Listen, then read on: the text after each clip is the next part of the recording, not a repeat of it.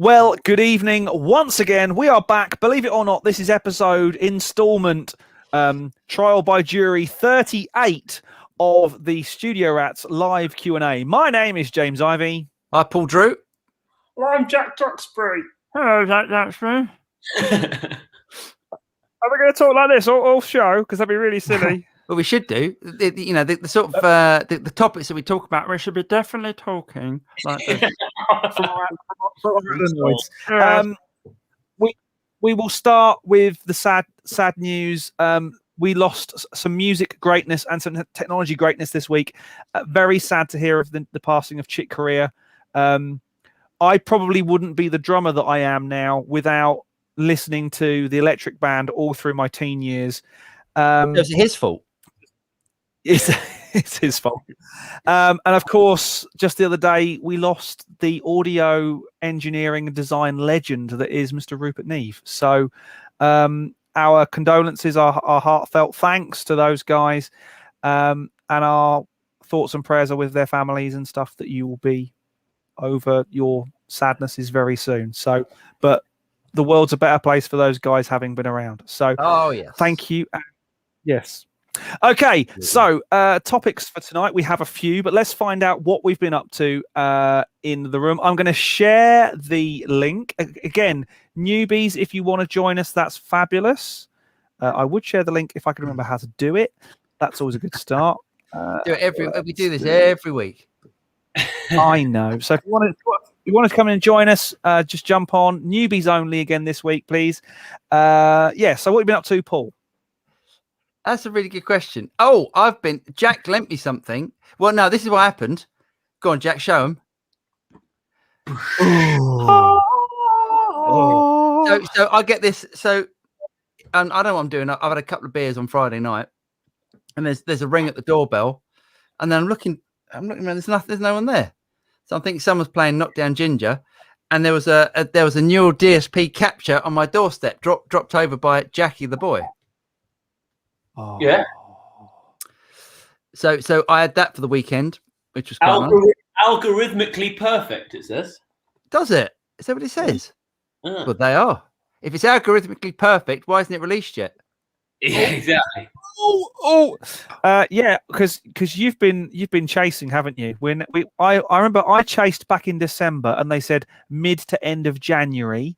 It's now February, and you're getting what news, Paul? So I contacted Guitar last week, where James and I both ordered ours from, and they're now saying March, April, which means,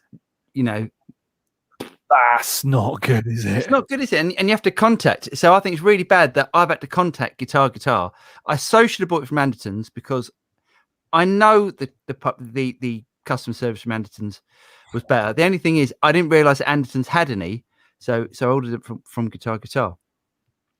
Well, Anderton's didn't do the pre-sale deposit thing, did they? It was only Guitar did that. So right. So like you, I went, I know, I'll put a deposit on one. That means I'll get one. Yeah, it's just where Guitar taking our money, I think. Yeah, sitting our money in the bank account for a bit. Anyway, shall we? There's John Partridge. Just sent a message on the channel actually just before we came on. And I said, "Oh, ask, come on the show and then ask." Right. So and I said Jack would probably have an opinion on this. So John Partridge says, Jack, just found the channel, about to put a trigger on a Lazy J10 with the reverb and trem. He mainly plays holiday park cruises, always mic up. Do you think the 10 watt would handle it? Thanks. Hi John, I have a J20, and I've had a J20 for a good few years, and the J10 I have played a few times. I mean, if it's mic'd up and you think you've got, I would say it depends how clean you play. If you wanted to do Kiss, like the intro to Kiss, I don't think you'd get that volume with a real drummer out of the J10. That kind of chimey. Yeah. You can get that out of the J20. I think the J20 people underestimate how loud it is, and he does a higher headroom version, I think, as well. But you'd have to have really good monitoring. If you're on in-ears, great. And you don't need the monitoring from the cab, or you've got other wedges giving you feedback. But I would hesitate to say that would be loud enough. It's a studio thing, like woo, crazy cool. Yeah, I think as well. You've got to be prepared for that sort of tweed sort of sound. It's not like it's 6v6s not as well. Like the 6v6s, I've got 6v6s in my J20, and they really chew up quicker than the 6L6s that are in there. Yeah, it flubs that in not in a bad way, but it's like that breaks up in a. Think of Neil Young, that sort of Neil Young sound. It's not articulate, is it? It's like a. Yeah, so yeah, it's what it is, and it sounds great. It sounds wicked, but it's not that. And I think the 20 watt. I think I think you can gig with a 20 watt. Oh, easy. And if you were doing like if your function band was mainly like Kings of Leon, AC/DC, stuff like that, or like like rocky stuff, and you were a rocky. But like I'm in like keyboard led things, so normally there's guys there with a crystalline clean. That's not what I would be doing with it. So yes, you'd recommend get the 20, yeah? Yeah, and the reverb and trem I think are worth it. I think they're the best. The trem is glorious, yeah. And I had Jesse mod it to go really slow, because to me they always are a bit quick. But so maybe try that if you buy one. Go ask him to do what it did to Jack's, because it still goes just as fast. But like on some Fenders when you put them, they're like actually quite fast, and I find it annoying. I'd rather have a slow throb. I'm completely with you on that. It's funny actually. I don't usually find myself going for. I like my Marshalls and my high gain stuff and my kind of rock and roll amps. I don't normally find myself reaching for Fenders and Voxes, things like that.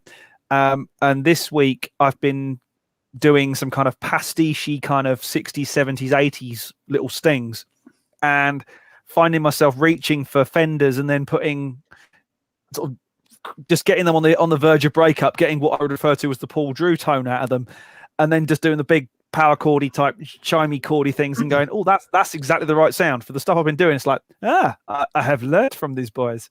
No such thing as a clean sound. It should never be that crystally, unless you're doing that funk Prince thing.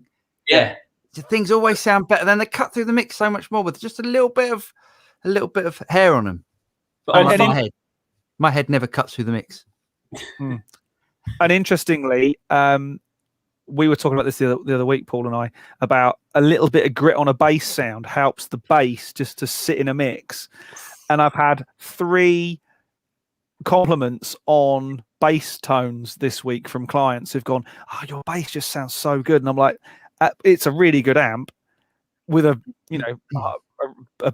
passable player, but a little bit of grit on it just makes it sit with a kick drum nicely. Definitely. Do you know what? That's one thing that inside the Quad Cortex, it's got a load of captures of bass amps, and they've got loads and loads of the dark glass stuff, and the bass captures are really good.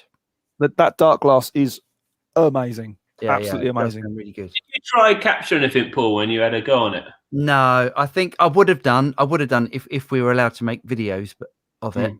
I definitely would have done. And funny enough, Matt, who's on, phoned me up last week or the beginning of this week and said, do a video on what was it? It was capturing and then comparing it to my D20, my divided by 13. And I'd have definitely done that if I had the chance. Yeah, but I thought your divided by 13 video sounded amazing. Oh, geez, yeah. Funny enough, I was thinking of selling it because I don't use it very much, and then I started plugging it in, and I was doing things with it I don't normally do, and I was just like, oh God, it does do that. I forgot I did that, and that's like my new favorite again. It's back off of eBay. Yeah, it's a great amp.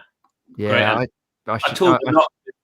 Everyone for about 5 years had one when I was rehearsing, and they were great. Everything got better for that reason. Why is that? What is the thing about you don't see them very much anymore? What is that? I think it might be something to probably. The more I learn about this side of things, right? Guys, like, we know people that make the products. The more I realise that supply and problems in just getting it to people can kill off the brand. And I saw it with Cornford when I used to work at the store. I can remember Cornford. We were selling bucket loads. This is about 15 years ago. Everybody and their auntie wanted a Cornford, didn't they? Yeah. And then, like, I think, something personal went on, or like where he just didn't want to do it anymore. And then they go, we were talking about, I had one of their amps, 65 amps. Yeah. And divided by 13 were everywhere. Tim Pierce as well. I can remember when he first started, everyone's got that. And then it's hard, isn't it? Because it does kind of devalue it in a way. Jackson Amp Works had the Jackson Amp Works, and they disappear. And then, so that's why I've been really lucky with Lazy J and Jesse. Jesse's always kept it small. Yeah. And you know what you get. He's never sold really directly to stores. No. So he's never raised people's expectations about when to get it. Like, you've got to wait a long time for one. And all credit to him for that, because he's still going and he protects my investment in the amp because he's still making one. Like Analog King of Tone, he doesn't blow up his production, so it means that I can sell it. They're actually doing us a favor, I think. It's probably true. You could probably sell your Lazy J for at least what you paid for it. Yeah, it's one of those things, isn't it? Because it's the same as the King of Tone pedal and all that sort of stuff. Been that way for 15 years as well, because he just hasn't changed. He hasn't done the PCB version out in Korea or anything like that. Yeah. David, no, it doesn't have an effects loop. That's one of my things. And then I think, is that a bad thing? I'm trying to work out. I like to have an effects loop, but no, the divided by 13 hasn't got one. What's your thought on effects loops, Jack? I've never wanted to use one. Haven't you? You always go like delays and reverbs in the front end. Yeah, but because then when I'm recording, I never really commit to delays or reverbs when I'm recording. So I do that because they're digital. Unless I've got a tape, some tape stuff, maybe I do that, and then I think the tape goes with it really well. Yeah. I'm like, the UAD stuff to me is, what's the difference between that and the Strymon? So I might as well just put it on afterwards. Yeah. No, that's fair enough. That's all good points. All good points. Okay. Yes. What have you been doing? The rest of you? I was blagging, trying to sound like Keith Richards today. That was fun. Yeah. Who for? Bastille. Oh, nice. But it's funny, and like people ask, they go, "Oh, I want to sound like the Rolling Stones." You go, "All right," and then I'm like, "Oh, it's in G." I'm like, "Wicked." And I'm like, I've got a black telly, and I get it out, and they're like, "What's it taking so long?" And you're like, "I'm putting it in open G, and you want to sound like Keith Richards," and they're like, "Oh, come on, hurry up!" And then you play it, and they go, "That sounds just like Keith Richards," and you're like, "Yeah, hallelujah, yeah." You just got to bend everything slightly out of tune, haven't you? Luckily, Keith Richards, just like slightly, just really slightly out of tune. That idea in the studio, the more I spend in there, everyone looks at you with fear when you go, "Okay, let's do it. You want to sound like Bon Iver? We need to hook up a harmonizer and this stuff." And they're like, "Oh, I'm not sure." And they want to see you fail. They want to see you fail. Everyone wants to see everyone else fail so they feel better. That's the music business. There's a word for that. And I don't use it. German word. It's a German word. Schadenfreude or something, yeah. Schadenfreude, yeah. Getting a kick out of other people's discomfort. Yeah, I would have removed the E string, but try explain, because people say that. They say they want this sound, but like, do you really know what it means? Do you really know? But what we do, because we're people that look up, but our clients don't give a shit. No, it's true. And that's why, like today, I almost regretted it. I went, why didn't I just use the same fucking guitar I always use? Yeah. It's because I've got a classic one for this. I've got a client that I worked with and have worked with for absolutely ages. And I always say to him, "You are the worst client in the world because you don't know what you want until you haven't got it." Oh. I could say, I go, this is it, this is great, and he goes, yeah, it's not giving me the fizz, it's not giving me the tingle. I'm like, I don't know what you want because you haven't told me. He said, but you normally just do it, and I'm like, tell me what to do and I'll do it. That screams to me of amateur. That just screams to me of someone that. Oh, I used to have this guy. I used to have the same sort of thing. Yeah. I just end up bashing my head against a brick wall, and then I'll go, let's try this, and he goes, oh, that's it, yeah, that's it. And I'm like, thank God for that. I was at every level. I used to think it would disappear.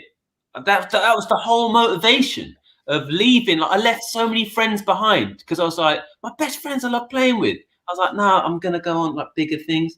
And you go, because I just wanted that peace. No peace. There's no peace up there. It's even more bullshit.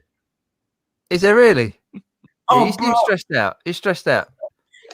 Well, because it is. People don't like it. It is. I've been spreading this message. I've done it on before, I've had a lot of people phoning me up recently, and going, Jay, I released my album, and what you said happened. I've made no money, and I feel really down about it. And I'm like, yeah, but madness. Musicians, I've got this theory at the moment that we're all alcoholics.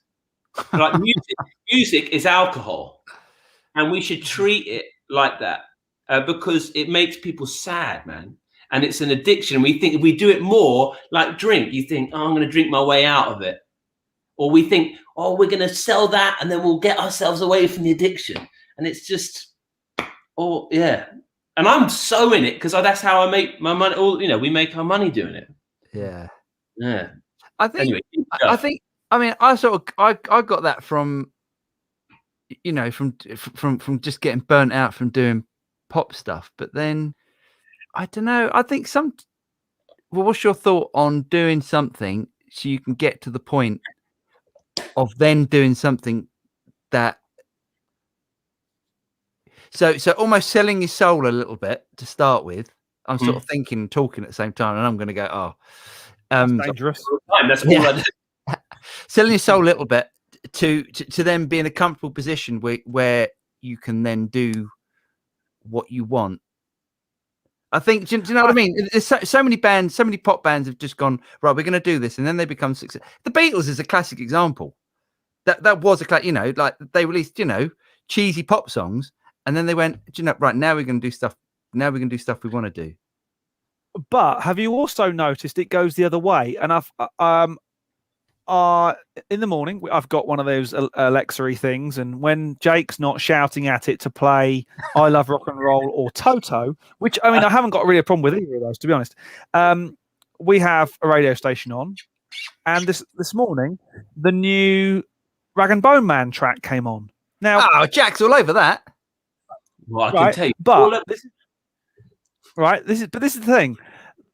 And it's happened with George Ezra, and it's happened with a few artists like of that sort of nature, where they've written their first album, and it is a classic case of the difficult second album.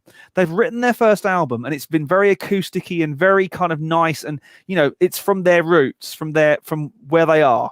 The second album is machine gunned in production bullshit, and this new Black Rag and Bone Man track, I went, okay, it is him singing. But that's not the same bloke, the same style of songs as was the first album. Now, I know what progression is, but it was a complete departure. It's gone from being like acoustic instruments with some filling in the gaps to complete digital production. I'm like, really? Don't get it. Yeah, but I don't know. I think an artist is. Sorry, Jack. And I know it's your artist, so you've probably got a better opinion on this. But I think same with James. But James Bay did that, and the artists they want to progress. They want to become that classic artist, and they're just trying to get to the, when, for instance, let's go back to the Beatles. When the Beatles released Sgt. Pepper, there must have been people going, "What's going on?"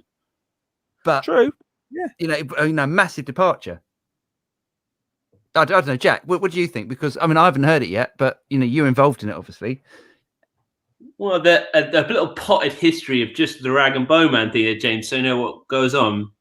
And for the guys watching, I work as my studio job is I'm the assistant to the guy that runs the label that does Rag and Bone Man and the publishing, and also went to school with Rory. So I met Rory about 8-9 years ago, and he was just caring for us. He's just such a sweet guy, man. He's just, honestly, he's a lovely guy. He was just caring for it. His sister's not well, and he just never felt he could do music. But we knew he had this great voice. We loved Foy Vance and Jackson Brown and JJ Cale, all that shit. So you're right, James. Like, that's what they like.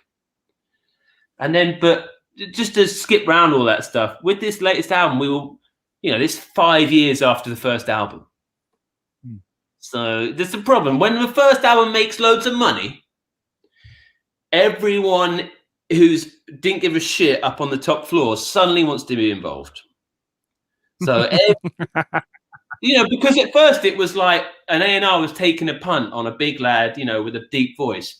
But now it represents hundreds of millions of pounds worth of income. So it's seen as a sure bet. And the reason why the album gets delayed and so convoluted is essentially you're listening to 1,000 emails construct a MIDI track. It's so right. It's just emails and years of emails and they're prisoners. And then on the personal, so you've got the top-down emailing, and then you've got the problem with the artist feeling like they've earned their freedom. It's a bit like if you've watched Batman or any myth, where you're trapped and you work your way out of the pit, or a gladiator, you think you've earned your freedom. And he thinks, hang on, I've just made the label millions and millions and millions of pounds. I can make the album I want. They go, no, because you're now going to make the album I want because I'm the boss. And then the artist rebels and goes, I'm going to tank it. I'm going to do everything to tank it because I'm rich now too, motherfucker. But they're tied in for 5 albums. So it becomes a war of attrition. Yeah. And you're hearing a war of attrition. Yeah. And it still comes out because the Virgin or Sony, it's all bought. We live in a tiny communist island with national media. That makes us so odd. We're so bought in England. Like, it's all rigged, man. That's why I knew James Bay was going to win, because I can remember driving into Radio Norwich for BBC Introducing. And I said, oh, mate, are you getting money for fuel? And he gets out his gold Coots card. And because I know what Coots is, and it's Queen's Bank, I know you've got to have $250,000 in there to have the gold card. I thought, this kid no one's heard of has got $250,000 in the bank. Because, is that James Bay? Yeah, it was already laid out. And then you find out the management did this with James Morrison. They did it with John Newman. And because I played with those guys, and people think, why do you know? I knew who was going to freaking win, man. Like, we already know who's coming out next year. Yeah, yeah. So, sorry to drop the truth there. If anyone finds it, I keep leaving it around on the internet, but no one wants to know because they're like, oh, that kind of... I always say it's like seeing the wizard. I've gone behind, I've seen the wizard, and I go, guys, the wizard is a weird little pedo with no legs.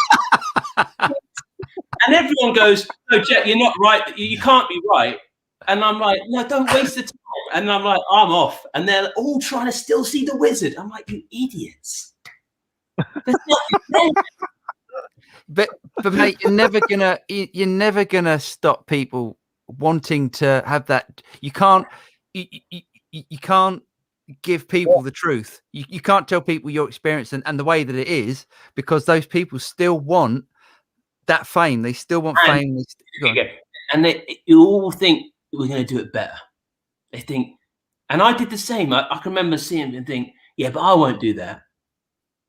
And then it's the same with the artist. Like the second album, I won't be that guy.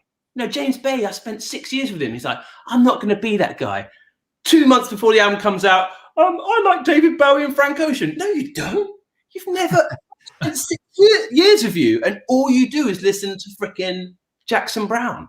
Yeah. So that's why I'm explaining the self-sabotage, because it's like a teenage thing. You must have, I don't have the kids, but as your kid gets older, they're going to just tank it. I mean, the self-sabotage is one of the traits of people that are good at music genuinely as well, which is a bad thing. Sorry, guys. Sorry for all this truth coming out there. No, it's good, mate. It's good. It's all good. I love all this. The truth will out, and the truth hurts. We know that.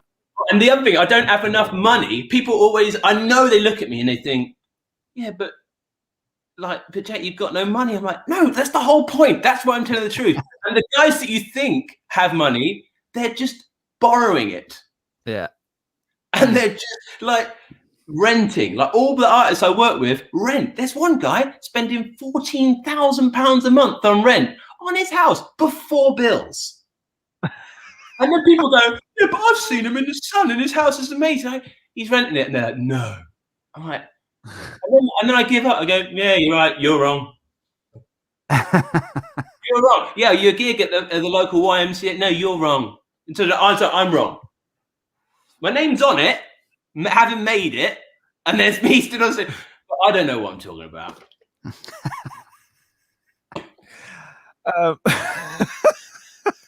As ever, mate, I'm absolutely. So David also just said, "Get off the fence, Jack." The other people think I'm being mad because they go, "Oh, Jack, you sure you're a bit worried about?" I'm like, they don't watch, they don't care anyway. And I tell them this because we talk about it, but there's overlords, man. Like I can remember I did a gig in Abbey Road. It was just me and James Bay, like piano, and it was a dinner for Vivendi. Oh, yeah.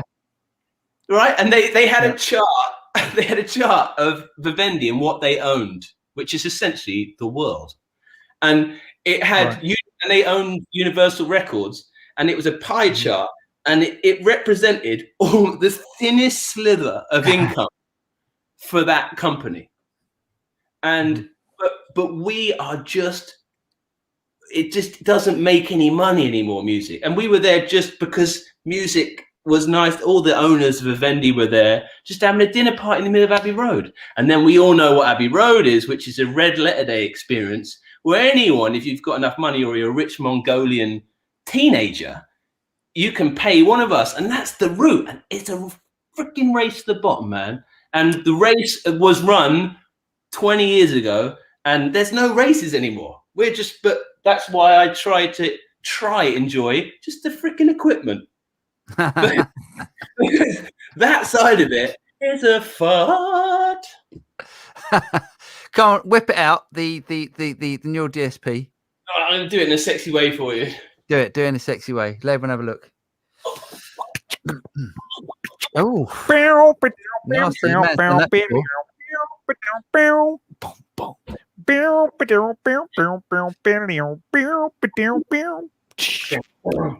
there it is. That's it. They changed the design. There it is. I think there's something. There it is. It might have some of my no spit.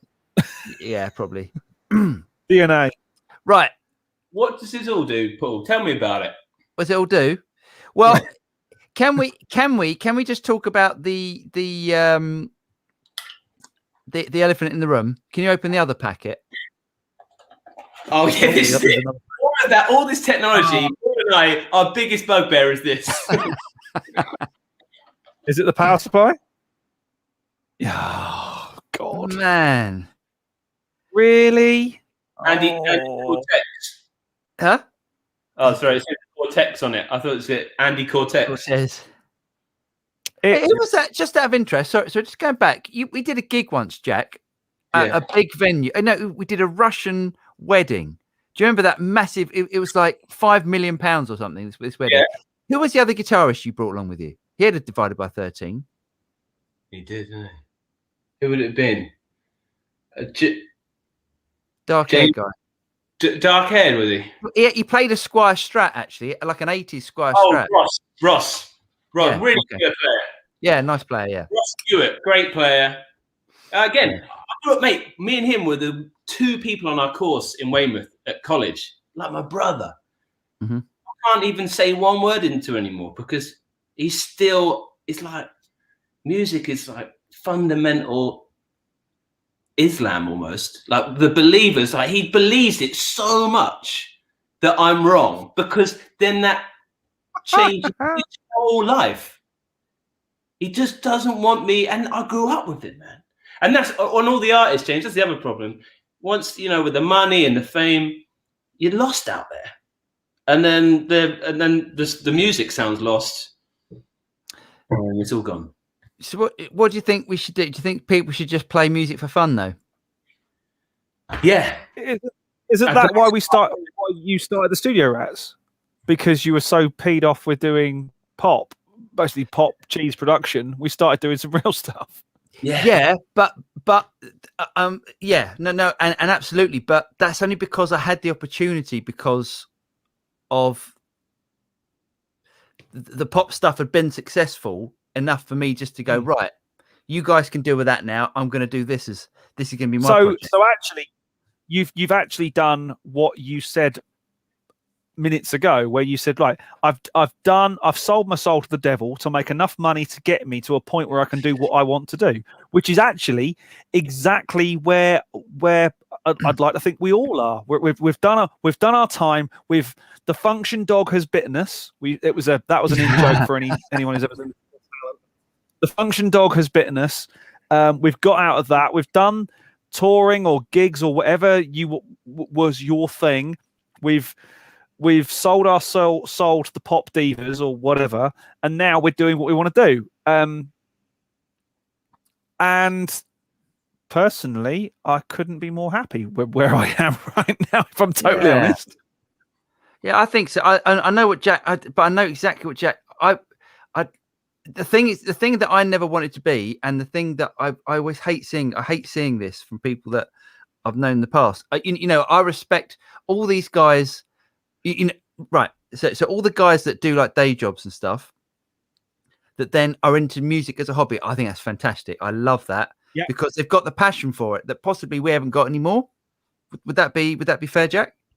Oh, 100%, yeah. And these guys have got the passion for it, but the guys that I feel sorry for are the guys that just said, no, I'm gonna stick down. I'm just gonna do it my way, and I'm not gonna do. I've got respect for them. I'm only gonna play the music that I want to play, and I'm only gonna do this. And they're the guys that you know, there are exceptions. There are guys that have stuck to that, and they're so talented that they've come through. You know, probably people like James Arthur, you know, James Bay, people like that. I'm you know, talking more in the pop sort of, who've just gone, no, that's, you know, James Bay, like that's my style. That's what you know, before he changed, that's what I'm going to do. But it's those guys that, you know, musicians that you knew as a kid, and I'm sure, Jack, you know, loads of these sort of musicians that are amazing players, but it's, you know, what are they going to, you know, where are they going to be in 10 years' time and stuff? I think you've got to find a way of. Yeah, I think like history tells us. I know I'm saying the obvious, but I spent so many years just analyzing it that I think that one of the big overarching is to look at history, realize how novel the idea of what we aspire to do is. You know, like I had that realization, like, for goodness sake, like, because I was meeting heads of labels and I was meeting people. I can remember going for dinner with the guy that books Madison Square Garden, right? And he was there, like some racist old white dude who was like 98, saying, like, you know, I gave Ray Charles his shot. And we still were dealing with that guy. That's shocking. All sat around the table and he just rattled off loads of racist crap. And we were all quiet, because we wanted to play in Madison Square Garden. And did you? Yeah, but awesome. But again, like that, there's so many layers, because I remember I'm really honest to everyone about it. I'm honest. I have to do it with my dad, because my dad is one of them. His son went and did it, and I tell my dad, and I could see him glaze over and go, "Oh," and I'm like, "No, Dad. I know that you think that if you did Madison Square Garden, your life would be different the next day. Because that's what we believe, right? If we made that record, that truthful record, but where do we get that belief from? And it's marketing, because we were marketed as much as the reason why kids think Like this morning, Paul with your kid from McDonald's. A boy, a happy boy should be allowed to have a McDonald's. It's part of her. Like once a year. That's what he has. But that's how good the freaking marketing is, man. And that's what music is. We were marketed like the beat, like, and we say these these like monolithic things where, yeah, but Adele, I mean, that's been the last one for the last 10 years. Well, Adele made money. Oh, good one. Oh, that's really good maths, mate. That's really good maths. I had a kid outside the other day, and he, because I get these, they can't come up, and I was trying to say to him, he's like, Jack, I just want to be a writer. I want to be a pro writer. I went, who do you know who makes a full-time living through writing music? He's like a 21-year-old kid. You. And I go, no, I don't. I don't make, and if it's just me, I don't. I do everything else. I used to dress up as a bear, like we've all talked to our jobs. We work doing other things. You used to dress up as a what? I used to dress up as a bear. In like harvesters, they're called Brewsters, and I was Brewster the bear.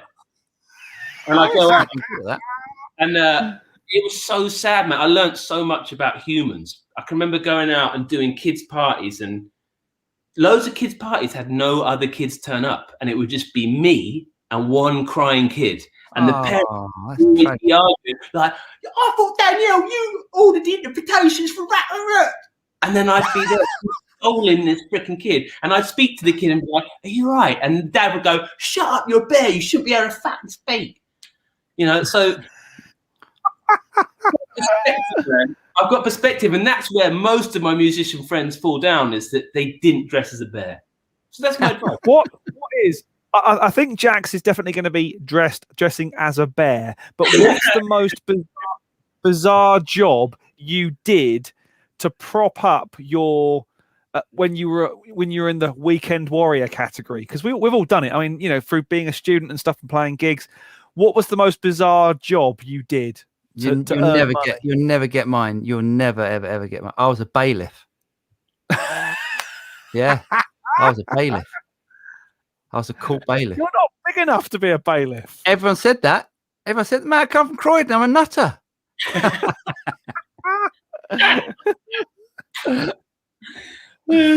That was.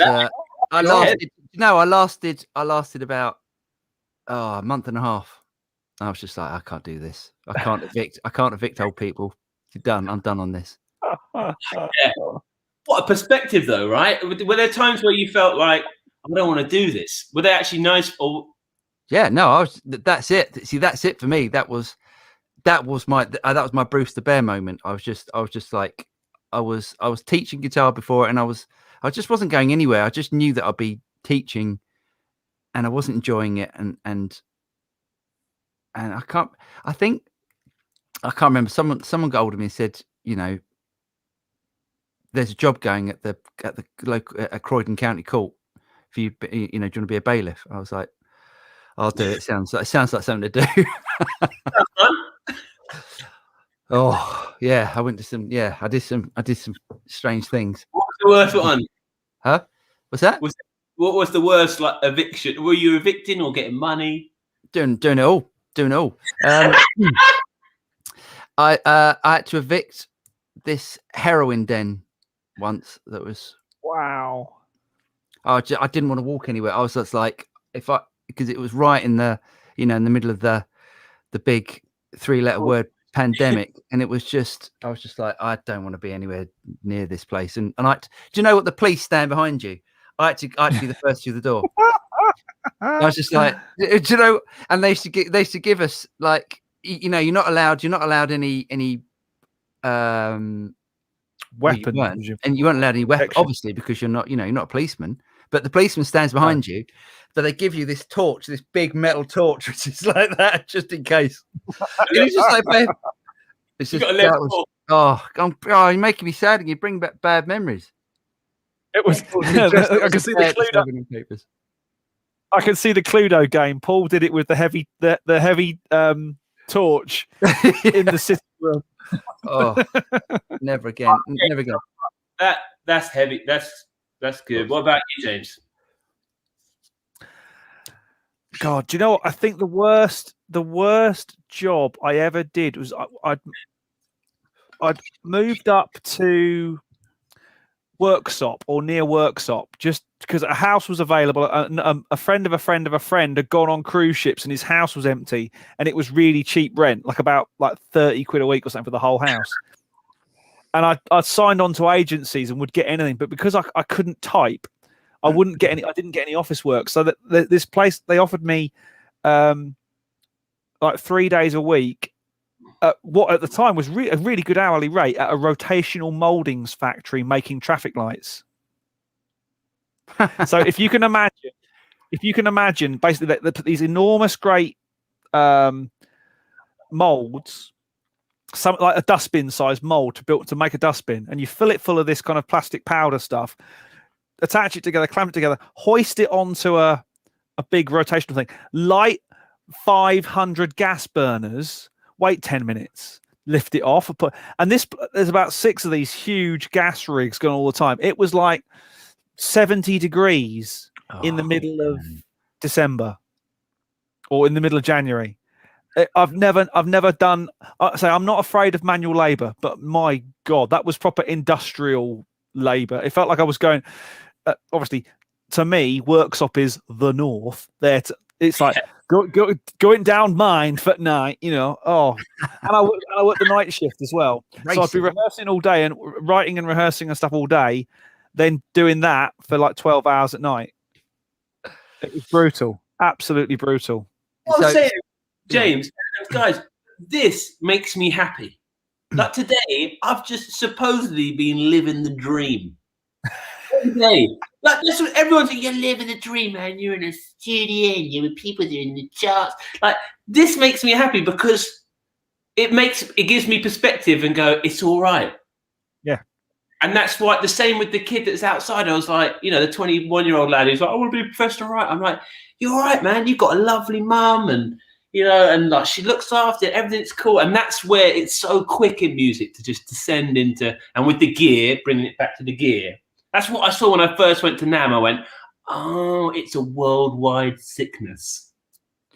I think, but I think I love the gear more than I love the music industry. I think that's my problem. I think I love. I've always been like that. You are. Yeah, I see that. Yeah. I anyway, have absolutely. What doesn't make sense is that. That definitely doesn't make sense. That definitely doesn't make sense. Do you know what? I thought we'd have more questions about this, but hang on. Is it? So this is 12. It's 3 amp. It's 3 amps. 3 amp. So you've got a True Tone CS, have you? Yeah, but I think the True Tone CS, if you didn't plug anything else into it, it could power 3 amps. I would probably buy a True Tone just to power it to get rid of that. Well, that's what I'm going to have to do because I'm not going to cart that around. I mean, that would last 5 minutes. That wouldn't last. Why haven't they put that? Huh? Why haven't they put that tiny little transformer in the box and put a kettle plug on the back, or even better, if it's at all possible, to put a kettle plug on the back and that as well, so you can power it from a pedal, a power supply, if that's what you want to do. And if you're in the studio, you want to be professional, you want to plug into a kettle lead. Was it IEC, whatever the lead's called? IEC, yeah. Brilliant. That would have been brilliant. Anyway, so other than the elephant that's not in the room and shouldn't be attached and stuff, Paul, tell us about your experience with the Quad Cortex. I mean, it's only taken 40 minutes to get there, but so I thought it's really good. I thought it's the first amp modeler thingy, majiggly, that does. That you can just go, right, I want a clean sound on the verge of breakup and I don't want to struggle to get there. It does that really, really well. It doesn't, like all of these, as I've said to Jack, and I've said to, we've had this conversation before, all of us, these these amp modelers, they do great, pristine, clean sounds, and they do great high gain sounds, but it's always those in between sounds. Does it feel as good as the Boss GT1000? No. Really? No, definitely not. It feels good. effects, James. Get your sound effects. Oh my god, that's like I haven't got a boom. All I've got is a round of applause. You know, I've just got... it's better than the Kemper. You just plug in the Kemper, and there's something doesn't quite feel right about it. It's definitely better than that, and it's great. And I'm not trying to belittle it. It's really, really good. But I think the way that when you plug into a GT1000, there's something about it. Just feels like you're plugged into an amp. It's like it's so immediate. And are we supposed to read into its delays that there is something afoot that we're not being told about it?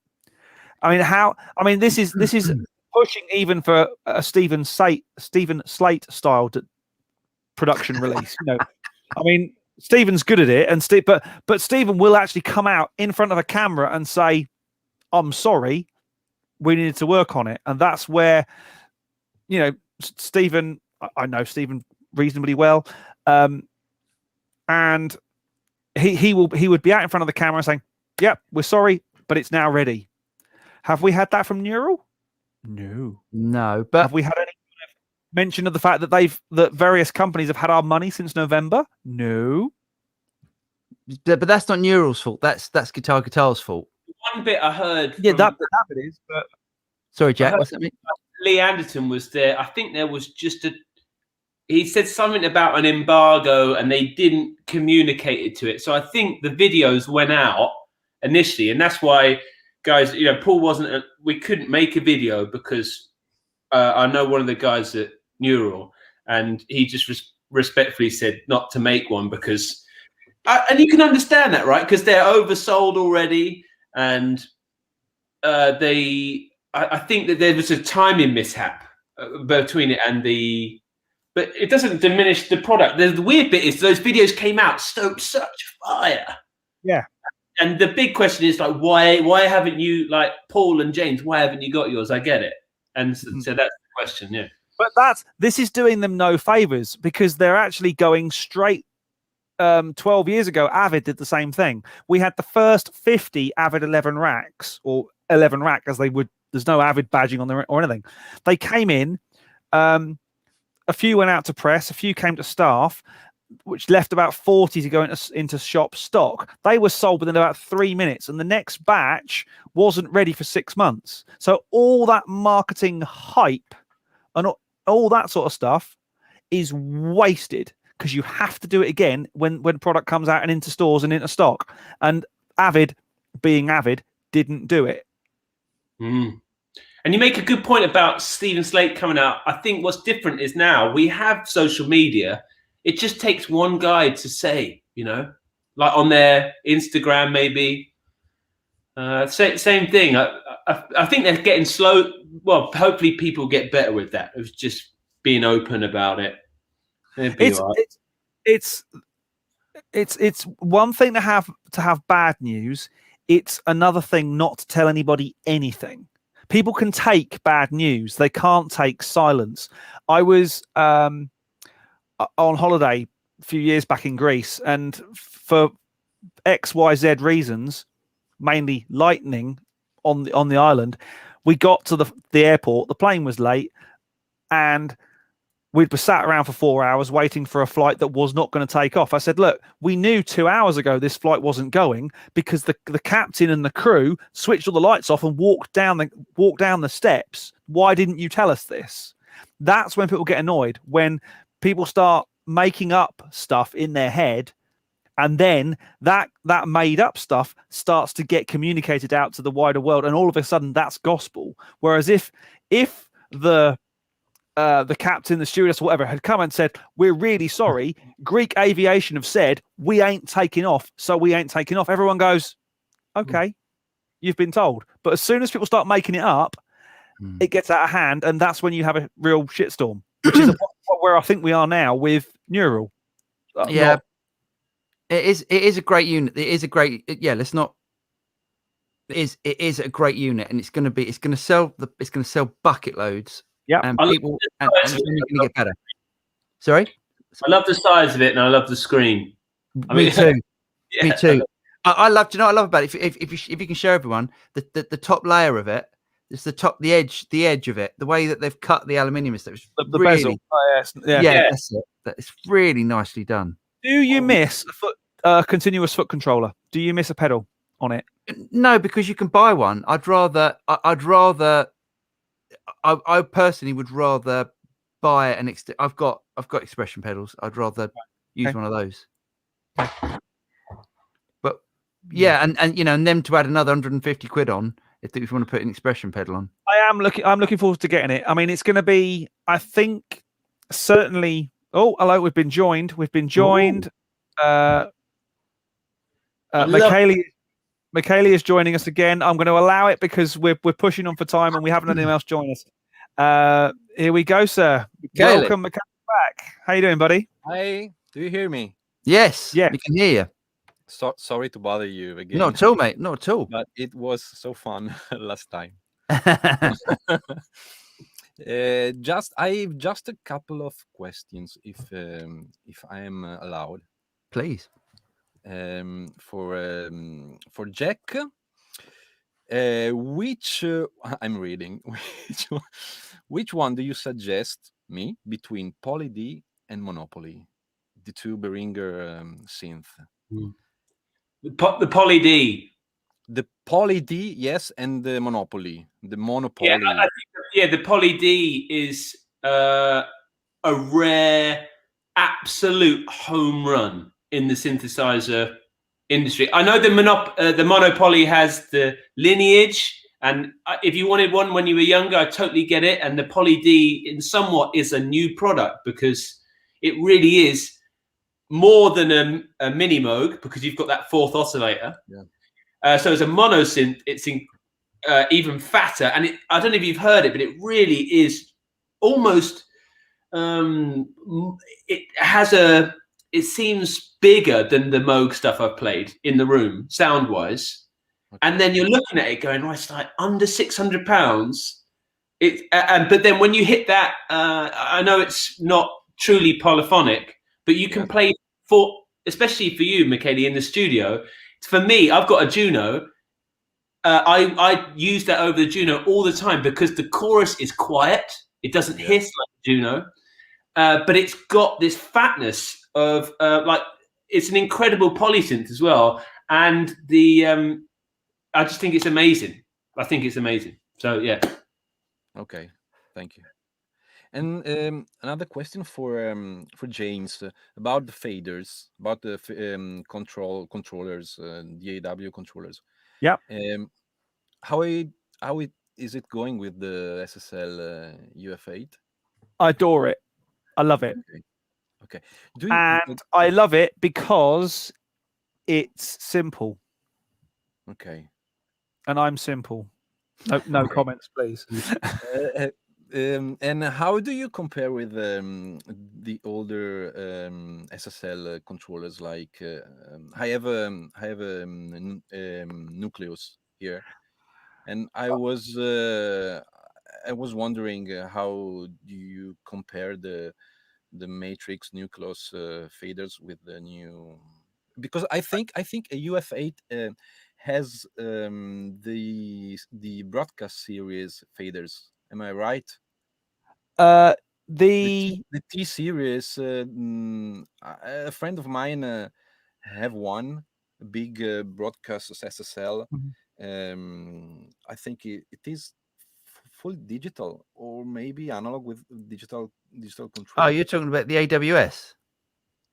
No, the T series, the broadcast. Oh, sorry, I switched off. With big screens in front of you, and they're beautiful. The faders look like the UF8. And, okay. The point is, are the fader better than the previous SSL one, or? Okay, so to me, Nucleus on paper could have been a really cool product, but in real life, it was a £2,000 boat anchor. A cheap pile of plastic. It was terrible. Sorry, SSL, but it was rubbish. Okay. They brought version 2 out, which was a darker color grey, and that was about the only difference. The faders felt like you were lucky if you were going to get to the end of the fader run without pushing the caps off the top. Okay. This is, yeah. I mean, I don't think it's the same sort of faders they put on a G series. I don't think they're Penny and Giles, but they feel good. They feel responsive. They're not noisy, which is important. Obviously, when you're playing back automation or anything like that, it's a good unit for just under $1,000. It's a great unit. I've just done the video for studio spares for it, and I've learned an absolute ton. The first thing I was worried about, in fact, when we spoke last week, boys, we were quite concerned. In fact, I think I brought this up last time, that SSL have done some MIDI magic to get 10-bit fader resolution. So you've got 1024 steps rather than just 128. So it doesn't, it's not jerky and it's none of that. The unit itself, I think, is bomb proof. You know, it's just a really well built piece of kit. It does not feel like a Nucleus. I always thought that the Matrix should have been better than it was for the money. Yes, because the Matrix was not a cheap piece of kit either. No, it's very, it was or it is very expensive. I think about 20,000. Yeah, it's a lot of money. Whereas for $1,000, if you're like me and you either have lots of preamps or you've got a console or something like that, but you want some DAW control, this is perfect. The other place where this is going to be really handy, when I go into small rig time, which I'm going to have in the next few months, where I'm going to have an interface and a control surface, it's going to be perfect. Yes. It's going to be absolutely monster. I think you tried. Did you try the S1? Yes, and Matt's asked that as well. Yeah, I have tried the S1 and I've tried the S3 and the dock, and they all feel very similar. I think they've all got the same fader, motorized fader unit on them. They feel great. Without having one next to me to go. Do you think S1 and S6 has the same faders? I don't know if S6 does. I would hope S6 has significantly upgraded faders for the significant price tag you have to pay for it. I would also hope that for the same reason that the S6L, the big live console, has significantly upgraded faders than the ones they give you in the little module pack thing that you get on an S6. But I was wondering if the S1 is better than my old Control 24. Yes, definitely, because the Control 24 because the Control 24 faders were very good for me. I think these are better. I would say the SSL, the UF8 faders are better than the Control 24. Certainly quieter. Okay. They feel heavier, which is whether you like that. I can't believe we're now talking about the ins and outs of what faders feel like. But yeah, these feel good. They feel heavier than the old Control 24. They don't feel like let's face it, we're not going to be sat behind a Neve 88 RS. It's not that heavy. It's not that kind of reassuring under your fingers. Mm-hmm. Okay. Yeah, definitely. There's nothing like, going in a studio and they've got like a, I don't know, probably even anything from a G series. Those faders used to get on a. Well, the Penny and Giles or Alps always feel. It's just got it's so nice, isn't they? Yeah, there's a weight. This is proper geekdom. This is. I remember the Neve VR. Yeah, that was in SAE college in Milan. It was massive. It was hot. Yeah. Yep. I remember the first time I sat at an SSL proper was at when SAE London moved to their new facility, and they had that downstairs studio with the big SSL in that no one ever used because they'd put they hadn't bothered with a machine room, and they had all the power supplies and everything behind you, and it was like being in an oven. Crazy. And I said, why didn't you just turn them off? Not in naivety. I said, why don't you turn them off? They said, well, because there's a fair chance if we turn it off, it ain't going to come back. Yeah, That's right. In Milan, they were hanging in the ceiling.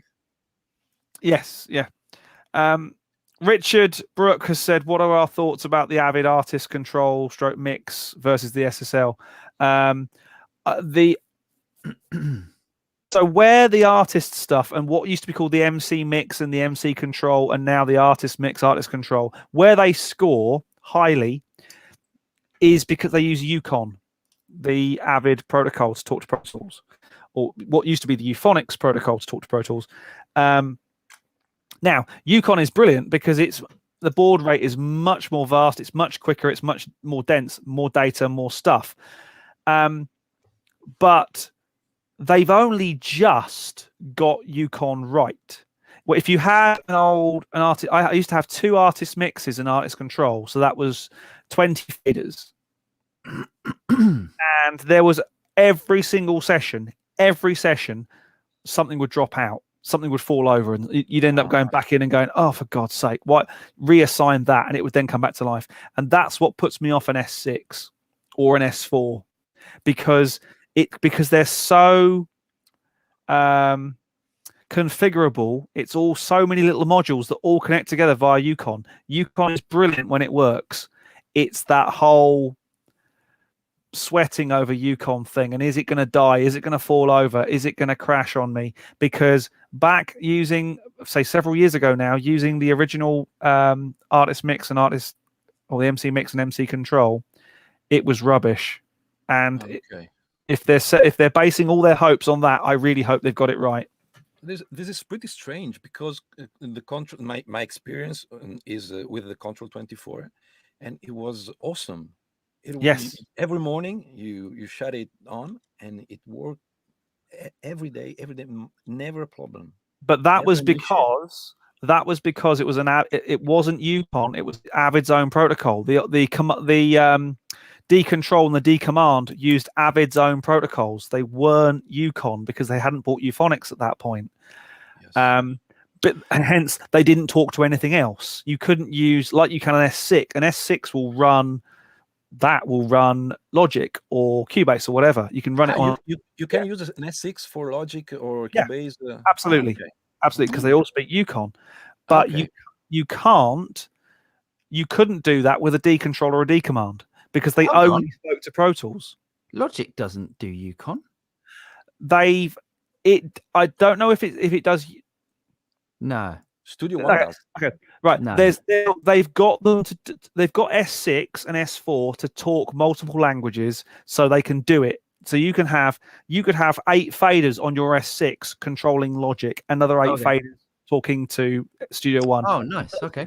Faders talking to Media Composer if you want. You know, it's that configurable. What about Fruity Loops? Fruity Loops.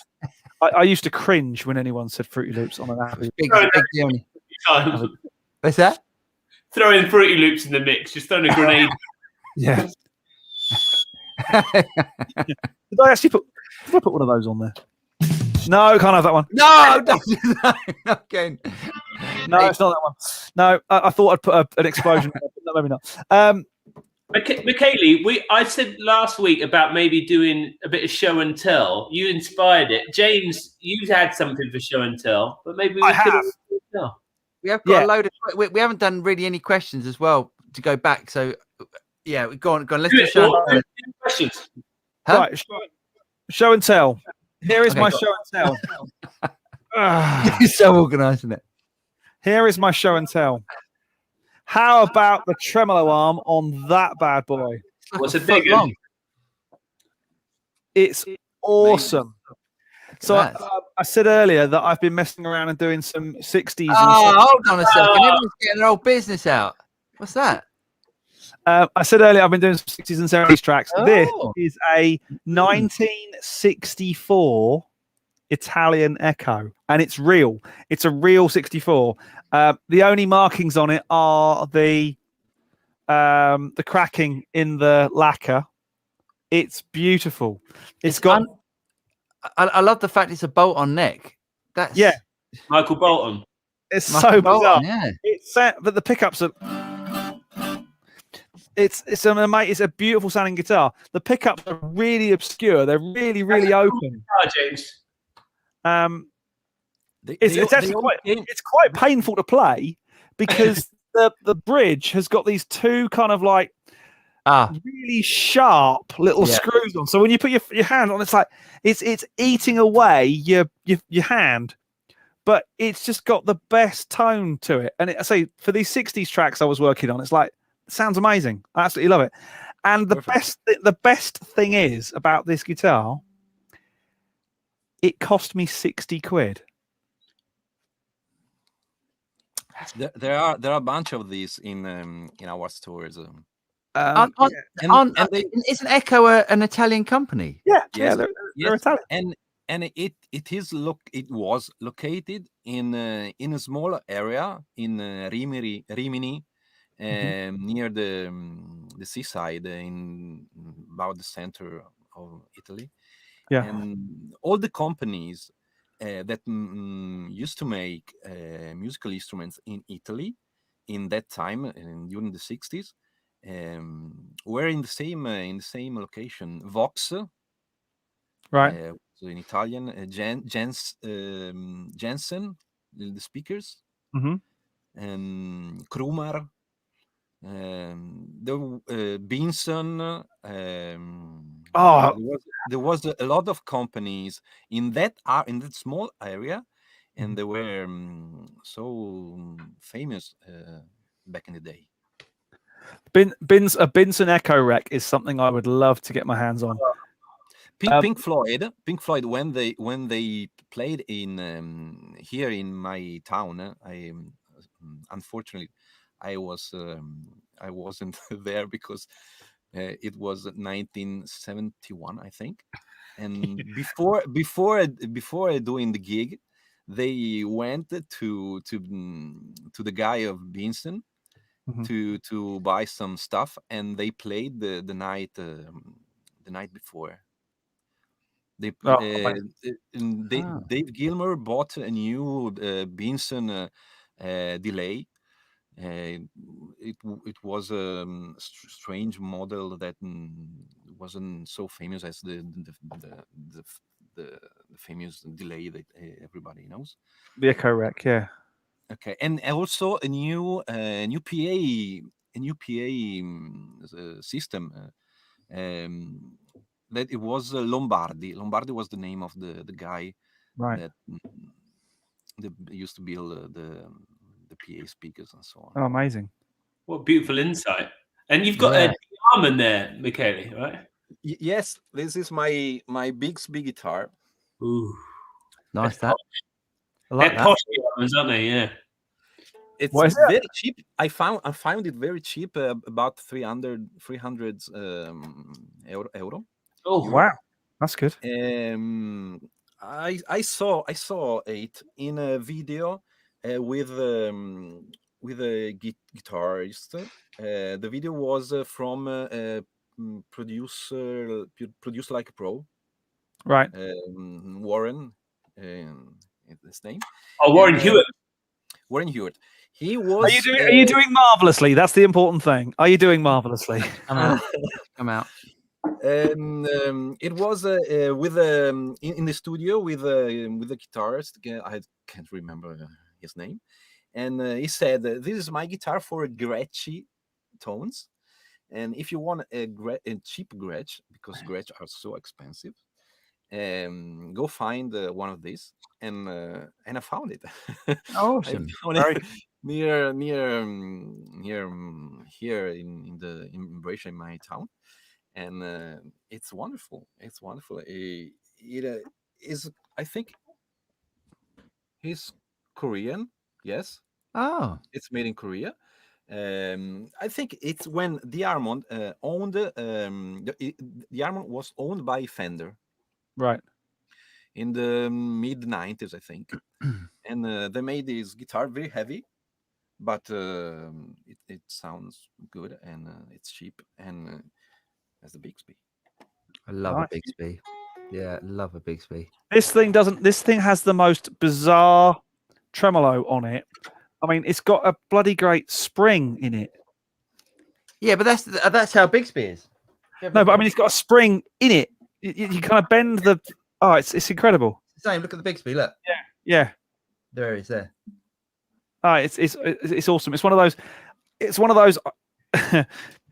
It was actually one of Jen's friends' dad's guitar, and she went, "Do you want it?" And I went, "Well, I can't not give you anything for it." And she went, 60 quid. And I went, all right. Looked online. I went, these things go for 500-600 quid. I was like, Great. okay, done well there. It cost me about 60 quid to get it set up, and Nice. yeah, good fun. Well, Jack's already had his show and tell because he has. I don't know what to do actually. Jack lent me something today. How's that? Yeah. Go on then. Do them? Go on then. I'm doing videos on them tomorrow. Ooh. Copper. I would say copper tone, but copper tone are mics, aren't they? Yeah, no, these are fueled fuzz. Fjord furs.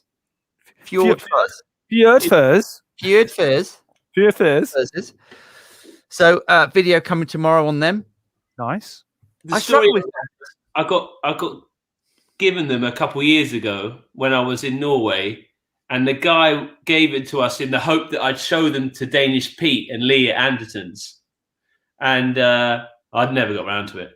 And but my mate Andy did, and he showed it to him. And then Pete, they kind of sat on his floor for ages, and they've just done an Anderton's video on it, and they've sold out. You know, again, like he's going to have to face that problem now. You do a video on the main channel, and you've got to make the bloody things, so you can't buy them anywhere. And I was like, we need to see Drew shredding on it. A really great octave fuzz called the Odin.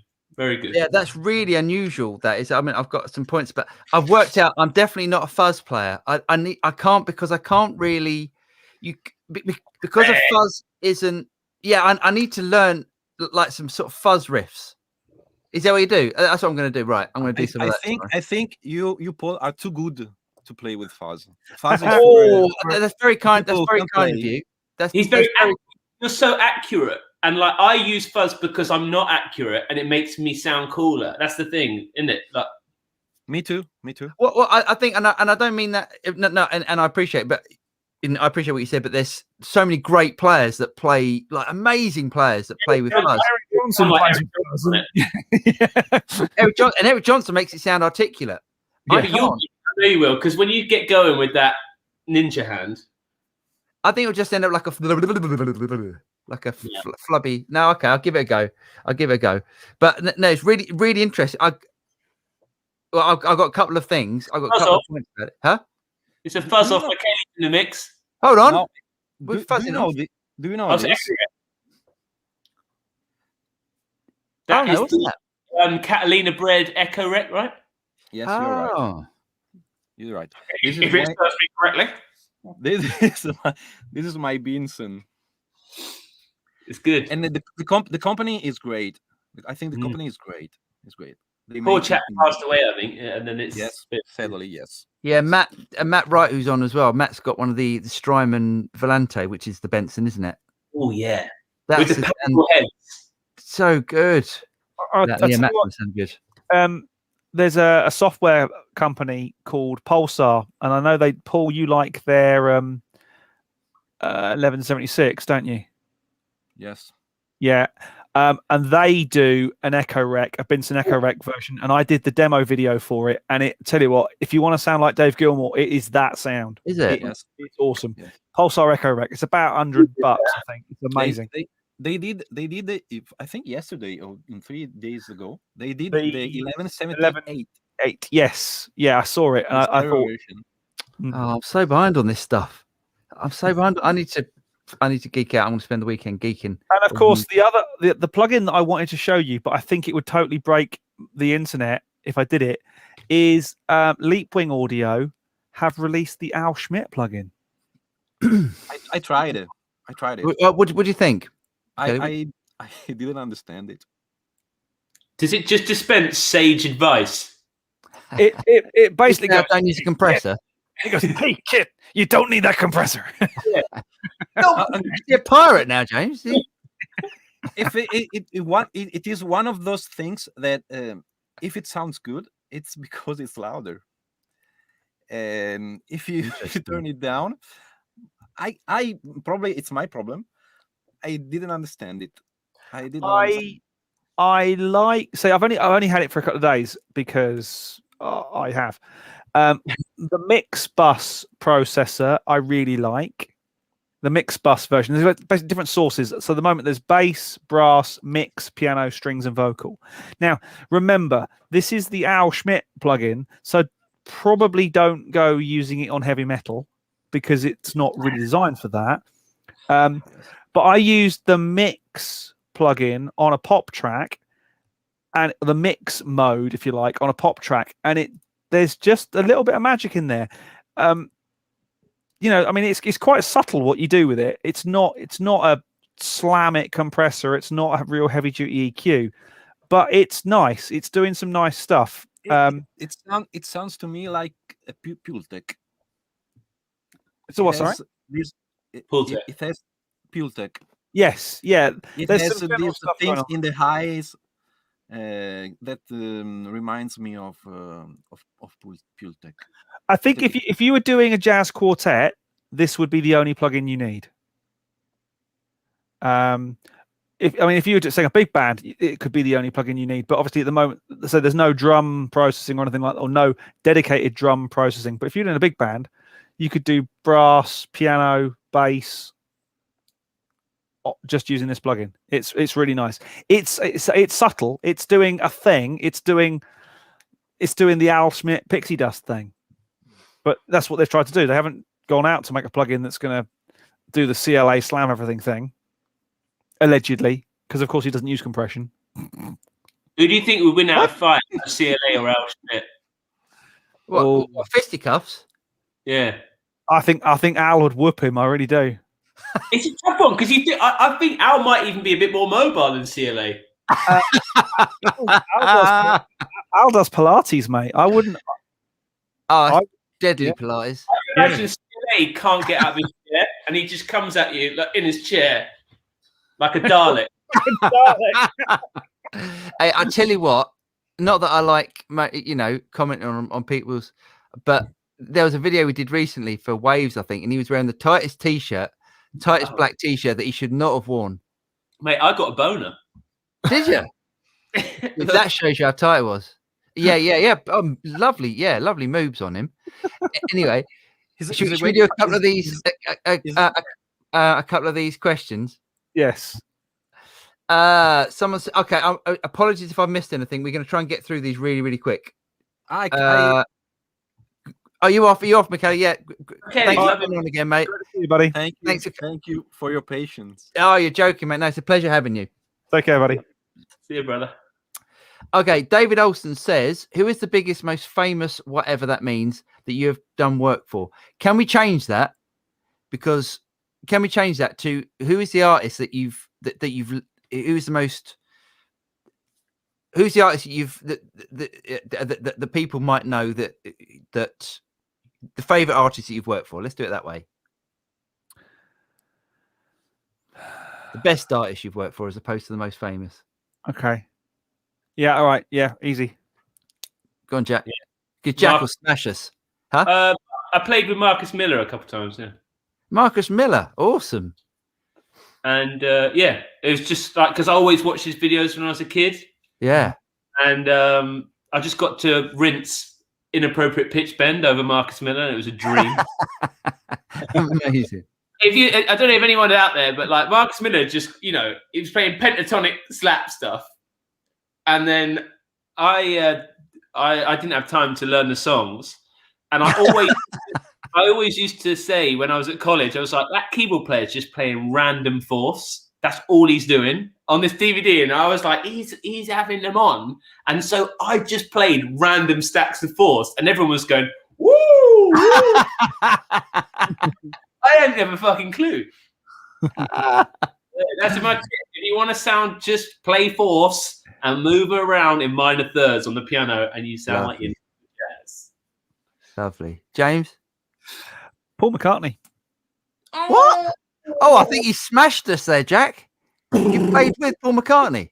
I didn't say I played with him. I said you said worked with. Ah, no. All right, This okay. is the musician thing. All right, played with. Come back to me. I have to think a bit. That would have been a good one, wouldn't it? Yeah, it's the same thing. Working with, playing with. It was a job. Okay. Yeah, it was a job. And I was getting paid. Yeah, no, okay, that's good. Well, I think you smashed us then. I think. Paul McCartney. Mine. What was the scary thing? The scary thing was about it was we got there with all the gear to do the video, and we started playback, and it looked like they'd done the whole sample rate trick. Someone had put 44.1 on the DAT case, and it was at 48, or vice versa. And we got there, and it was playing back at the wrong speed.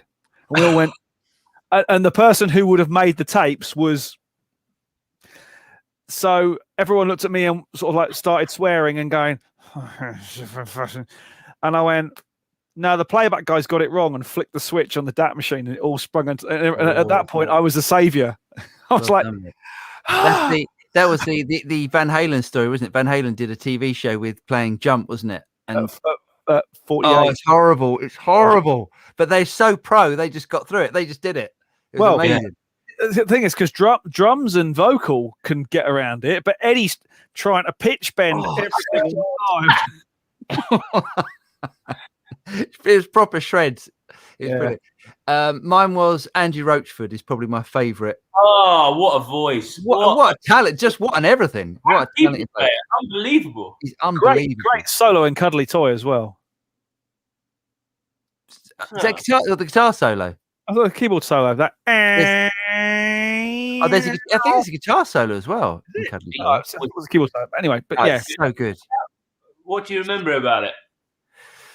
Just his talent. He's just like he's just like one of those guys that's just properly, that God-given I think I class myself as this. You have to work hard at being, doing my job, and for him it's effortless. It was just like he's such a talent. He was just born to do music. Yeah, I think that with singers, the more I've been around like heavy singers, I think it's the shape of their throat. I think there is a genetic thing in there. Yeah. Once especially when I'm tracking them now, I'm like, oh wow, you're just better. You're made better. What comes out is I completely like the quality of a guitar, like the tone woods. They were like born with Brazilian rosewood necks. Yeah. Nice. Keep going, Paul. Keep going. Okay. Can I ask a question to you two? Because I value your opinion. I'm selling some stuff, and weirdly, I work at the studio, and I use the mic, but I don't own a condenser mic. I don't own any mics other than an SM7, and so I just feel like it. I want to buy. I love a U47 style microphone because we had a vintage one for a while. It works. So, yeah. What's your take? How much money you got? Between, I'd say, up to $4,000. Okay. Ooh. That's. I'm prepared to invest like a lifelong mic. I know what I'd buy for $4,000. I know what I'd buy for $4,000. I'd save another $1,000 and get a Myberg M1. That's a good choice. I'd get a blue bottle, mate. I know you've got one in the studio, but I love those mics. Yeah. I think they're brilliant because they're so good, because it's every mic you'd ever want. Yeah. You just they really do sound different as well. They really do. They do sound different. I mean, I've got the small version of it, and You're I love right. it. I love. We were doing something the other day that was really poppy, and then we got like the pop capsule. Yeah. We were like, oh, it does sound like more poppy than. Jack, if you want one of those, I know who's got one and might be selling it with the full set of capsules. Oh. And then we have like a stereo pair with the one that Mark's got almost in there. Oh, it's such a, but it's because it's so big. It's the most imposing mic. Mm. And I love the cactus capsule, the one that's on there for acoustic guitar. That was the one they used on John Mayer Village sessions. I can remember asking Robin. and I was like, that's one of my favourite sounds. Thank James. What's the? I don't forgive me. The Myberg. I don't know it. It's that. Do you remember a couple of 3 months ago, Paul and I did our alternative versions of how to mic acoustic guitar. It's that microphone, but it's amazing. It's basically a 47 type mic with a CK12. Yeah, it's bright. Yeah, it's brighter than it. It's awesome. I mean, it truly. Like if I was thinking of buying a set of KM184s because I don't use small Do you use small diaphragm stuff a lot? I had one. I sold it. Because I'm recording drums. Okay, but on guitar, Paul, do you use it or do you prefer just using a good condenser? I don't say. On a cabinet, I love a 184 off at get one of those is it Wilkinson clips where you can have a 57 down the middle and a 184 off at 30 degrees.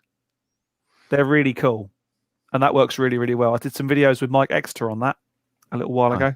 Good trick. If you've got $4,000 to spend on a mic, that's I mean, the world's more or less the world's your oyster, isn't it? I held off from buying it because I think that it's about, but a bit like with the Lazy J, I'm glad now when I look back 5 years later that I've spent the money on like an end game. I feel that with the mics, so you might as well just wait and then go for the end game. So I was chatting with a buddy last night, and I can't say who because it would give the game away, that he's been assisting several people in their studio updates and buying gear and getting themselves ready so they can record at home. And when I say he's assisting people, these people are bona fide music legends. And this particular lady, should we say, because she is, asked person X if he could source a U47. But I bet she wants one. Because she's told that's what she should get. Because she always sings into that mic. Okay. She wants because we had Rag and Bowman spent like I tell you it was like 18 G's on his. So they contacted a well-known studio in Nashville with an owner who quite likes microphones. And said, have you got one? And he said, so do you want to use it or do you want to worship it? And do you want an original one or do you want one that's going to work and be useful? Because the difference is the one that's a museum piece is 20 G's. And the one that's going to work forever is 15 G's. But that is a lot of money for a microphone. I heard this James Arthur, I saw him out the Flea 47 and that sounds great, but again, I can't judge it off him because it sounds good into Yeah, it sounds good in 57, wouldn't it? Paul, I can imagine that because we're recording ourselves all the time. I can imagine the blue bottle. I was using it today for that exact same reason. Like the big Omni when we do drums, and I want a good room. Like you choose the big Omni, you stick it on there. So I tell you what, if you're actually looking for. If you've got a couple, if you think, $4,000's a lot of money, $4,000's going to get me an amazing microphone, but it's a lot of money to blow on one mic. Those, what are they called? The Latvian ones that we had, the Black Hole, the Jay-Z mics. The only thing about Black Hole is Jack Rubinacci got one. Yeah. Because we did a video on it, and I couldn't believe the amount of sibilance. Really? It was uncontrollable. Oh wow! It was uncontrollable, and I was really disappointed. Isn't it weird? That's a relationship I've just. That old U47 I had. That was the thing, man. It really was something. It was. I tell you what. Or the new Neumann. What's the new one? They've just the 10 grand one they've released. Oh, that's a good point. They've redone the 67 in the last few years, haven't they? Yeah, the 67. That's a great microphone. And it's something about Neumann. Like every time, because when I go to the studios, like for me, I've only ever seen as a session guy. I see like Coles. I see and I see Neumann, and that's pretty much it. Or like now and again on the grand piano, they put some earthworks type things, but that's about it. I've got an area if you want to swap it for something. The Trevor's one, isn't it? Yeah. I got one of them. If you want one of them. Yeah, I'm gassing for the stereo ribbon that they've got. Yeah. That's a brilliant mic. I've got one of those, and they're amazing. With stereo stuff, I like just one mic. I can't be effed to do the. Yeah. No, I hear. Anyway, Right. sorry. Okay. Next question. Matt Wright says, "Is it possible to independently release music in the traditional sense, or more realistic to only upload original material for free?" I think, unless you've got a way of getting it to the masses, enjoy releasing it for free and getting as many people to listen to it, as opposed to trying to sell it, because you're not going to make any money as an independent artist that hasn't got. You haven't got a radio plugger, you haven't got TV plugger, all of the stuff that matters. Just release it and enjoy it. And yeah, I think that's what I meant to say earlier. The people that are doing music as a hobby, I envy you, because you've got so much, you get so much passion out of, as a hobby. I wish I had that as a hobby. I wish it was my hobby. And I don't mean that because that passion that I had when it was my hobby was such a great feeling. And I envy people that have still got that. I love that. What are those Townsend Labs like then? Matt says that. I've never tried one. It's the modelling one, right? Does it model other things? Yes. Yeah. It's really, really good. They are really, really, really good. But Is there a difference between that and the Slate one? Massive amounts of difference. The Slate one is single diaphragm for a start, and the Townsend Labs one is dual diaphragm, so it can do off-axis and stuff like that. The thing is, you'll never get the fizz off performing or singing into a modelling mic, whereas you stick a 10 grand Neumann in front of you, you get that kind of it's the fizzle, the whatever that thing does. Good point. I had a Sound Deluxe 47. Oh yeah, I checked that out. What's that like? That was really expensive. It gets really well reviewed. That. Yeah. That's supposed to be the most 47 one, the most authentic 47, or it was at the time. It was really dark. I loved it because it was something that I just treasured, and I didn't even want to, put anywhere. What's the one bit of gear that you've sold that you regret most selling? Oh God, Sansamp PSA 1. That's a good little unit. That. Yeah, and I should never have sold it. I think I sold it because it was getting unreliable, and I'd had it apart, and I'd been soldering the legs back on some of the transformers to try and keep it going just long enough to sell it. So if I found one on eBay, I'd buy it again because I love that thing. I got two.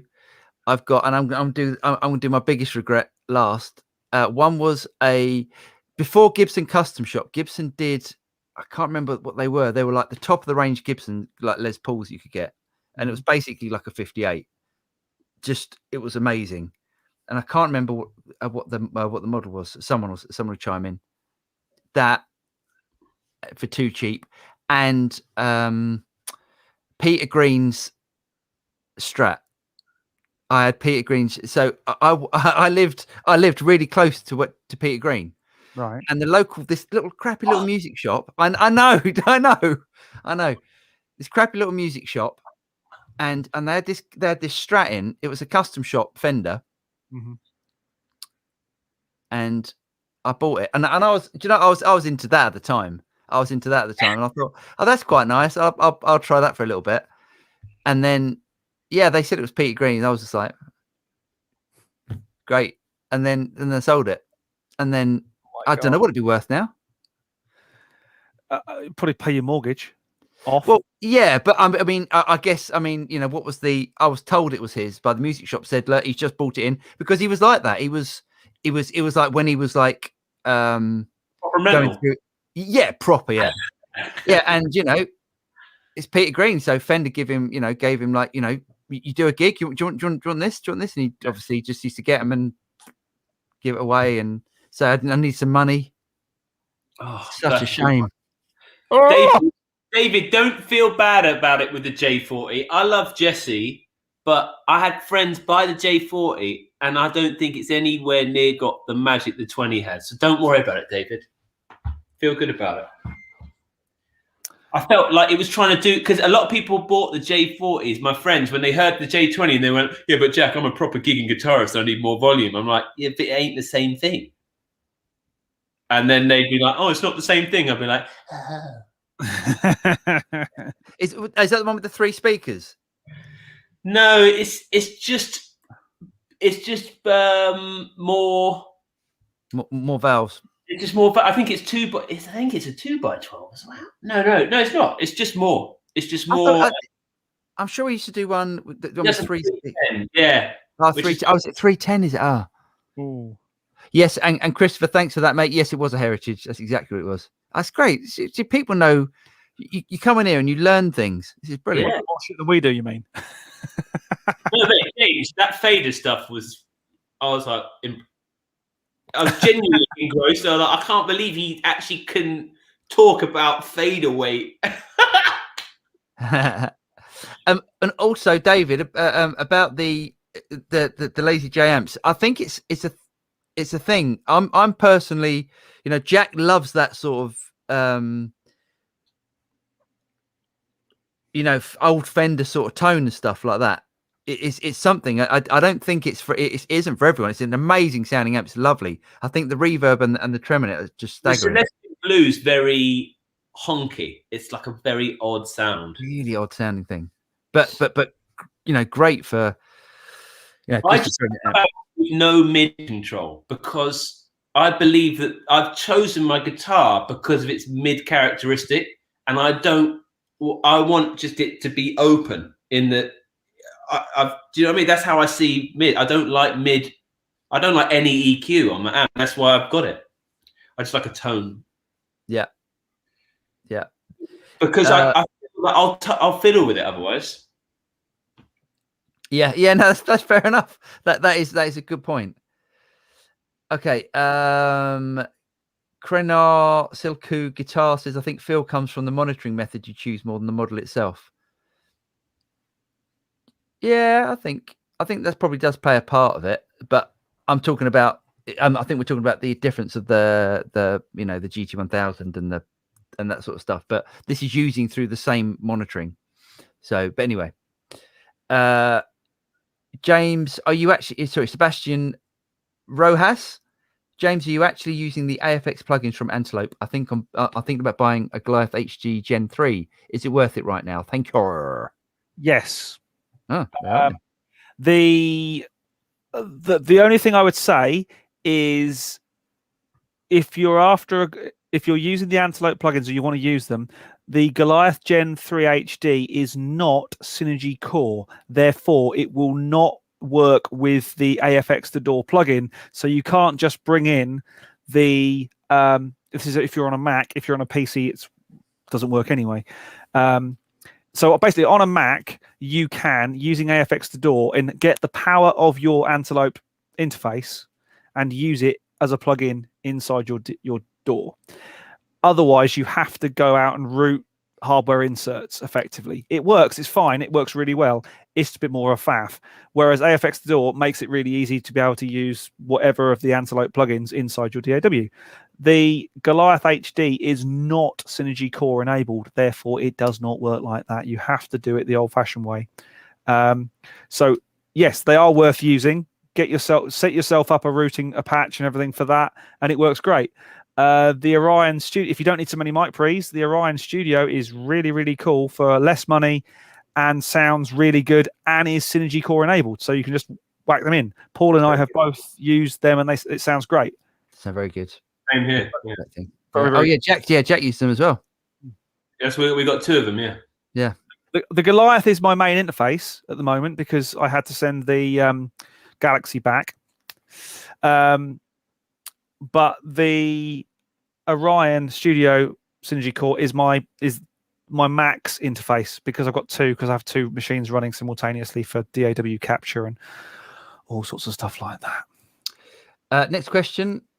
In my opinion, some company needs to work on a good cabinet for amp modelers and along preamp 100-watt class AB power section and somewhat of a full range 12-inch speaker. There's quite a few options out there for that sort of thing. The cabinet, I actually found one on eBay, and I stopped myself from pulling the trigger. But I remember, do you remember that for a little while, Trace Elliott made guitar amps? Yeah, made quite good valve amps, didn't they? Well, they were quite good at the time for what we thought was good. But they also made a triangular cabinet where you had 3 12s, and they were kind of at angles to each other. And there was one at the bottom which pointed up. Oh, right. And I remember that cab being so good on stage, you could hear it everywhere. It wasn't, it wasn't that dominating. You walk across it and go, wow, really loud, and then out of the way the other side. And I thought, do you know, if I got one of those, that'd be great for live work, which nobody does at the moment, which I think is what put me off pulling the trigger on it, because it was quite a big cabinet for a 3x12. But I thought getting one of those, that was a really cool thing. Those Trace Elliott, I can't remember what they were called, but they were called Trace.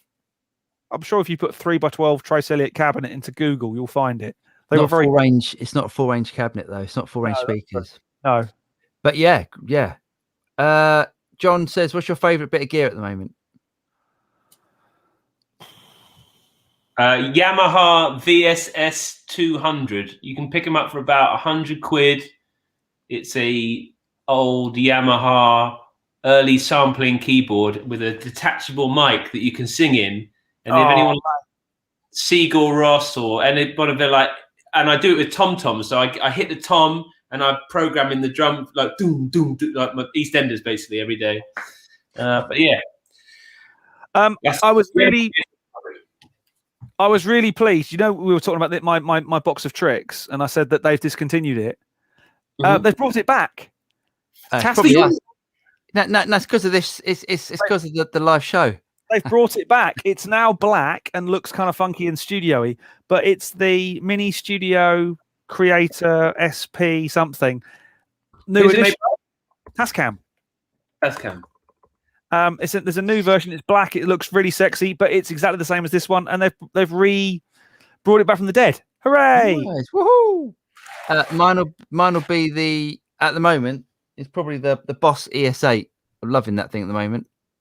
Oh yeah, that's at the moment. I love that little pedal switcher thing. Brilliant. Nice. Really. Yeah. It just. I can remember and ahhing between that from the gig. For some reason, that the gig rig always the marketing, and maybe because I've met Dan, like I always thought, would I be missing a sonic difference? It can't be a difference, can it? I think the gig rig. I think that's the thing about the gig rig, because Boss is so the gig rig. It feels boutique, doesn't it? The gig rig. It's just his stuff is like there's something. The impedance thing. I'm like, oh, you sold me on that. He's good. No, he's great, isn't he? What a talent player. I think the screen and the MIDI commands are amazing. Yeah, it's good stuff. It's good stuff. I don't think there's probably any. I mean, there's definitely not. Any. I think the gig rig's sort of top notch. I don't think there's anything. Okay. Hi guys. Do you think the GT1000? I'm guessing the GT1000. He said GT100, but GT1000 core is worth the extra £200 over the HX Stomp. I do. I don't know if the other guys have tried it. Have you tried? Have you guys tried? Never tried it. Personally, so I bought an HX Stomp recently and so I sent it back the same day. I didn't get on with it at all. Right. But then I get told by people that there's that I should have spent a bit more time with it, and possibly right. Do you think it could replace your amps in the studio for ease of getting a tone? I guess Matt's talking about the Cortex. Yes. Yeah, I think just for getting quick tones, definitely. And I'd use it with amps as well. So I'd use it as well as layering amps and stuff and for different sounds. Cool. James, how would you compare the SSL with the Avid S1? We've done that. Yeah, I would say the actual main comparison is if you use an S1, you then have to buy an iPad or a tablet as well. Yeah, that's true. That's so true. Richard, loving the geekiness. what are your thoughts on the Avid Artist control mix to the SSL? Did we do that? We've done that, haven't we? I think we covered that. Yeah. Okay. S1 and S3 faders are the same. Why is it Luna using Yukon? Very simple. It's because Luna is Universal Audio and Yukon is Avid.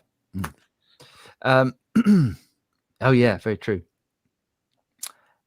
I know what you mean about crashing. It does. Echo Rec $4,000 to $5,000 on reverb. And Anderson's fan then says pounds on reverb. Yeah, they are expensive. Ooh, The plugin is every bit as good for like $100. Is it? Wow. Really, really good. It looks really good. I've got that on my screen here. Nice. Safety says Mezza Barbara, Viscount Cignognani, really good companies from Italy. Mezza Barbara going crazy at the moment with influencers. I don't know if they've just given like a bunch of top sort of metal guys an amp each, but everyone seems to have one. They're beautiful. They look beautiful as well. Do you? Oh, I don't. It looks too industrial for me. It looks too like it looks like a rectifier. No, I like it. But yeah, would look great in the 90s. Hello. Okay. Pair of Townsend Labs. Blah blah blah. We've done that one. Where are we? Sorry. Oh god, always go. I think we're done for questions. I think we've done. You did great. That'd be great. Okay, great. Okay, good. I don't feel bad that I've left anyone. I'm with you. I listened to John Cordy. He's a nice dry chap from Bristol. It sounds like, and I love the sounds he was getting out of the HX Stomp. But then I trust Drew. I've got to trust Drew. Oh, that's very kind. But maybe it's a feel thing. Maybe it's just like, like when but like Drew, this is the thing. You have the choice, Paul, because in your life, you've got to respect a guy that can actually afford to have those things. Sometimes, like on these, guys are making the best of what they got. And that's amazing. It shows you what they can do. But the value that you have, Paul, is that you really do. And same with James, talking about the faders. It's like mad. Yeah, Paul gets pedals, I get faders. You're doing it on bits of kit that are like 30 G's. I can't ever imagine spending that much money. Oh, if you had to buy one mixing desk for your home studios, which one would you buy? What, an actual mixing desk? A real life mixing desk? I thought about it, Paul, like getting a little. I was looking at the API ones and like. Oh yeah. Oh, I like Serious pennies though, boys. They just look. Even the box. Even the box is expensive, isn't it? Yeah, the box. The thing is, if you want a large format console, it's got to be a big thing. It's going to be a physically sizable thing, which is why for me the ASP 8024, the board I've got, it's lovely. It is absolutely ace. It wasn't the one that my heart wanted. It wasn't the board that I actually went out to buy originally. I was going to buy the Trident 88, because for me it had a cooler look, and I went, I really want that board. But then I started using this, and then I went, oh, hang on, no, this is that board are brilliant.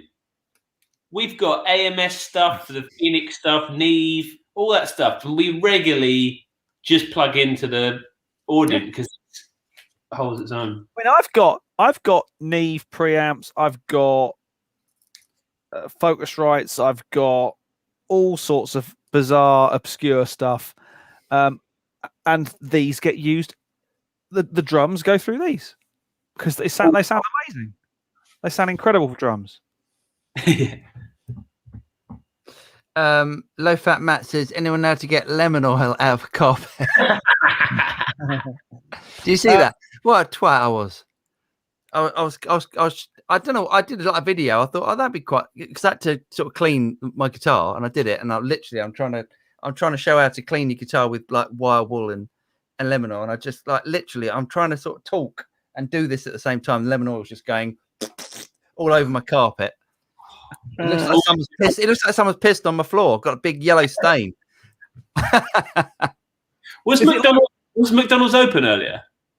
Do you know, I had to go all the way to. So everyone else won't get this, but I had to go all the way past Horsham. You know, the one in between Horsham and Worthing.